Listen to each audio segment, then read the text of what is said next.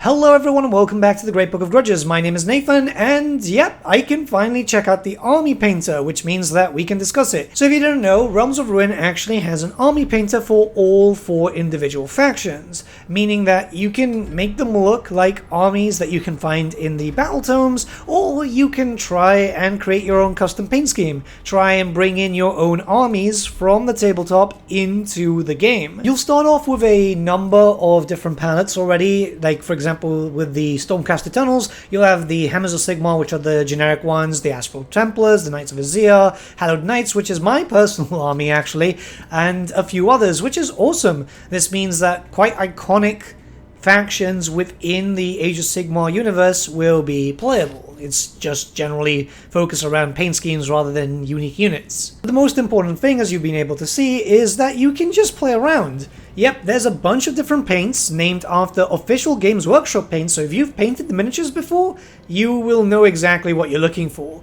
And there's a few sections, right? So there's like 4 sections that you're able to just change around. It all comes there with highlighting and shades anyway, so you're just going for basic primary and secondary colors, and yeah, it's cool, man. It's cool. I am actually really happy about this, mostly because you can just do whatever you want. You can paint your models pretty much as you would for the tabletop. There are restrictions, of course, but then again, no army painter is going to be incredibly thorough that you could pick every single panel and what color that's going to be, and let's be honest, that would be a tad much.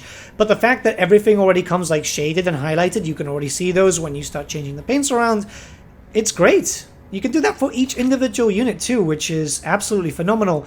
I've been playing around with it for, I think I had about 15 minutes or so, but it was definitely enough to get a good gist on how certain troops will look, how things will feel. I really like the idea of that, especially with the Stormcasts. I hate the gold, like so much. I hate the gold. Maybe it's just me, but I've always preferred the more, you know, metallic look for armor and not just gold, gold, and gold. It's why I don't even like the Custodes too. But this also means that we can play around with other factions, just like the Disciples of Tzeentch, the new faction. And yeah, you get a few different color schemes, not as much as the Stormcast Eternals, but stuff that you're already kind of used to, or you can just switch around and look at all the different troops. I mean, how cool is that? You can see animations too, which is absolutely phenomenal, so you can see how they're going to play around. And again, if you want to change them up, if you want to change their skin color, for example, or armor color, hell, a little bit of cloth, it really makes the army feel like your own, which is very important against for Warhammer. There's paint schemes that you can make here that maybe you've seen someone post on Twitter, on Instagram, maybe it's your own, or maybe you've seen it on White Dwarf magazine, and I kind of like this. It's great to see this being implemented. Again, I've said this many times since this got announced. It's a massive shame that a lot of Warhammer games don't do army painters, because this is a key factor in the franchise, really. And remember, all these paint schemes that you're seeing every time that I'm just playing around, this is for the individual unit. So if I want to actually just have a massive amount of colors, literally as many as possible, I can have that with all my individual units. And that's incredible. That's honestly really cool. You can obviously have more of a uniform thing. You can either do that individually, so there's a little bit of difference, or as a whole, which I'll show a little bit later on. I'm just coming in with a quick edit here, because I know some people will misunderstand what I mean. I'm not saying every individual Acolyte, for example, or Zangor. I'm saying, because there's like 10 units, different types of units in the rosters themselves. So you can have the Liberators having a different color scheme to the Stormdrakes, for example.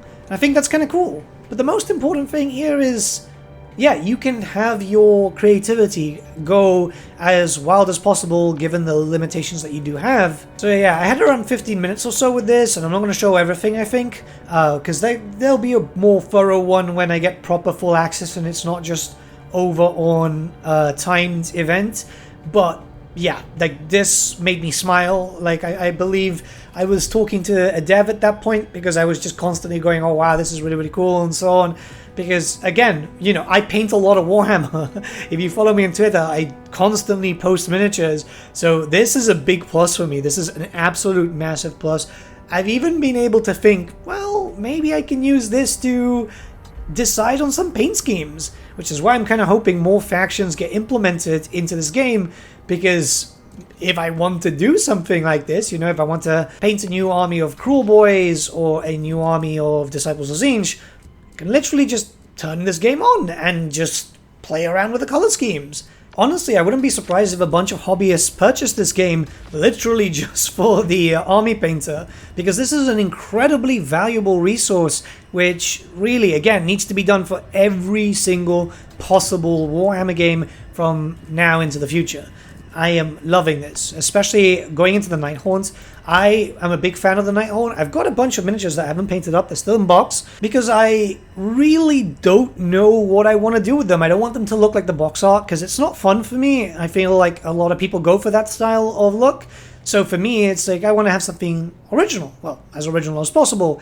So I was actually spending quite a decent amount of time with this faction to try and see what I could come up with. I tell you what, like, we had a timed event, right? Like I said, I would have stayed all of that event here if given the chance. Well, not really, because I obviously wanted to do the multiplayer stuff. We've already had one of the multiplayer videos come out today.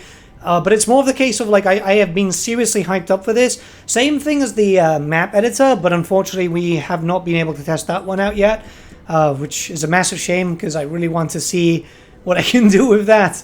But yeah, this is definitely something which is going to hype up a lot of people. I think that this, especially if newer factions come around, is going to be a super valuable resource to the Warhammer Age of Sigmar hobbyists. And those who might just want to try out Age of Sigmar, remember that video games are cheaper than the miniatures themselves, so it's usually a gateway in. Obviously, I've not been able to play through the full game, so I wouldn't be able to tell you a review or anything. That would be later down the line. But I'm feeling quite hopeful for this game, which is kind of interesting. Obviously, a lot of people don't expect me to say that when it's an Age of Sigmar game, and I'm known for Warhammer Fantasy, but everything I've seen so far has been hype-worthy.